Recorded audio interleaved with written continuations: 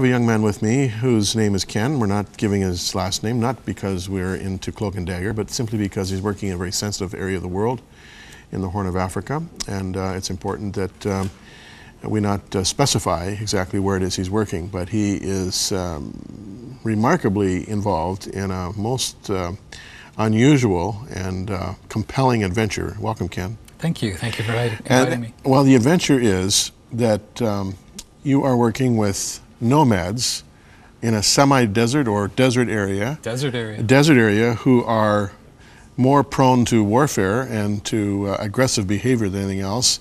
They're animists, not used to Christians in their midst, and you're there. Why? God has a remarkable way of revealing to, I think, everybody in the face of the earth that He loves them. Now, these particular people live in perhaps the harshest place on earth as far as heat and topography and so on, and that's kept a witness away. And yet God, I think in the 1980s, there's an incredible famine in the Horn of Africa, and these people were dramatically affected. And for the first time in their history, they had to rely on others to help them. And that, in fact, I believe has opened the door for a Christian ministry to come in and to introduce Jesus Christ. Now, how many of these people are there? And tell us a little bit about the nature of their culture and their lifestyle. Well, there are upwards of 2 million people. They herd camels, goats, some cows.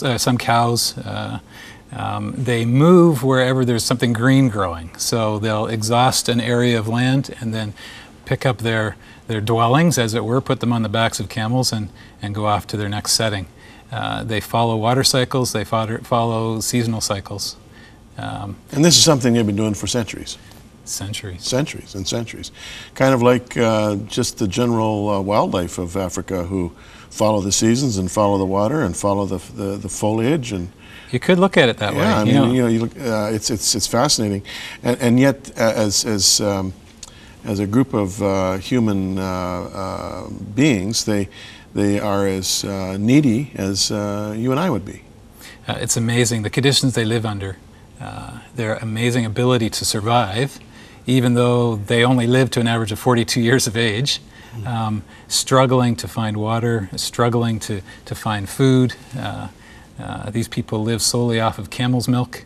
They don't drink water? No, they don't. Hardly at all. Hardly at all. Camel's milk is their main sustenance. It's amazing. And they're a kind of an aggressive, belligerent lot, you were telling me. Others fear them. All their neighboring, the people groups that surround their territory fight with them. And basically, outsiders aren't welcome into their territory. Well, there you go. Now, you're an outsider. You definitely don't look like one of them. And yet you're going in there. I mean, is this not a risky thing to be doing? You know, someone taught me years ago to pray that God would lead us to a clan leader. And so for 2 or 3 years, we were praying that God would give us a clan leader to introduce Christ to, except we had no clan. We had no way of getting in there. And I started to get a little bit impatient with that after 2 or 3 years. And then finally, the Lord opened a door through a fellow that we work very closely with, who is one of those people. God brought him to Christ, I think, about 10 years ago, and his people tried to murder him, ran him out of the village. And after 10 years, God had warmed their hearts, and so I was able to come in with my friend. And now, remarkably, I'm a son within that clan. Really? Yeah. And because they're familiar with you now, or because of something you've done for them? With these people, either you're outside or you're inside. There's no kind of in-between. So they judged me for about 24 hours and then announced that I had a name, and I was one of them. Gave you a name? Yeah. Yeah. So how do they live? How do they live? The men are often with the camels. They'll go for 2, 3, 4 weeks at a time. The children and the women are back in the settlement and going through their daily routines of milking the camels in the morning, and they've got goats that they're milking as well. and making mats and doing all those things that women and children need to do, just trying to keep the children healthy. The women will talk and talk and talk about all the health problems that exist. The men will talk and talk about all the stories and the wisdom that they've acquired through generations.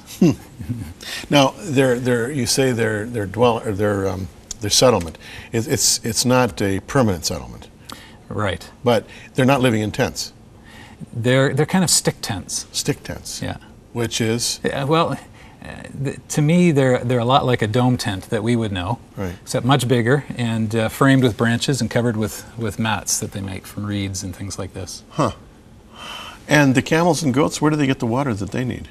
That's where they usually try and put that settlement close to some sort of water hole or water flow. And then the camels themselves, they need to graze, so they take them out farther and they use other water sources for them. But very difficult to find water. And what is the family structure like? Well, you've got polygamy as a central feature. Right. You have men with 2, 3, 4 wives and their children.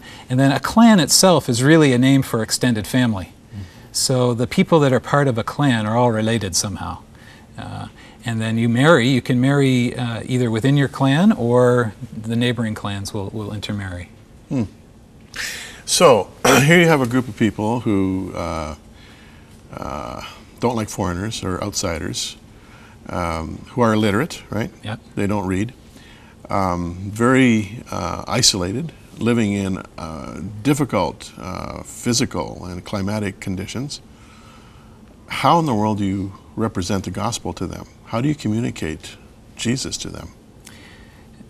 One of the things that I felt God directing me to early when we went down there was that I needed to be very upfront about who I was. Not so much what I'm all about, not what I was going to do, but who I was, which for all those other things my activities would be driven from who I was. And so very soon after I got there, they asked me, "Why are you here?"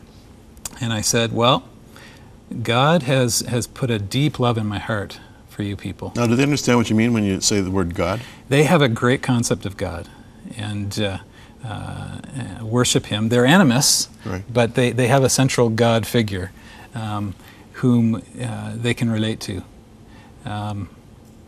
So I said, God has put a great love in my heart for you people, which brought me from Canada to here with my family. We decided to come here because of that love.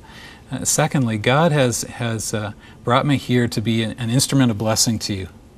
And I knew what that would mean to them was water. Right. It usually means water for them. That's what they refer to as blessing. And then lastly, I'm here to bring the light of God's truth to you.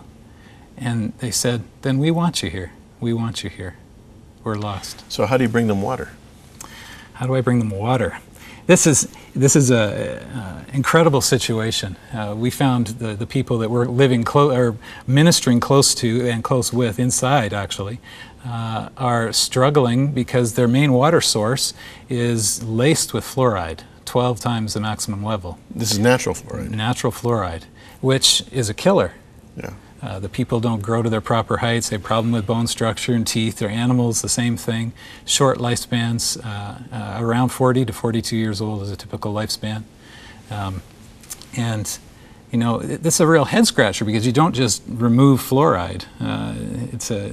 And you're trying to do sustainable things. You know, you're trying to see them take hold of things that they can grab hold of and change their lives, but they are the ones that would be continuing with whatever we give them. And so we're in the middle of drilling a well and building a camel watering center, providing a new groundwater source for them so that they can feed probably 5,000 camels. Wow. Yeah. 5,000. 5,000 This is a major oasis you're creating here. This is, we hope and pray. Living waters in the desert. And how do you teach them about the Bible? This is our approach has been to be, like I said, very upfront that we are followers of God, and in fact followers of Jesus, whom they're also aware of somehow. And so what we do, we relate to them chronological Bible stories. So you can start in Genesis and move your way through. We'll tell a story, and then before we tell the next story, we'll refer back to the last one and bring them up to speed. They love to hear genealogies and how people are connected.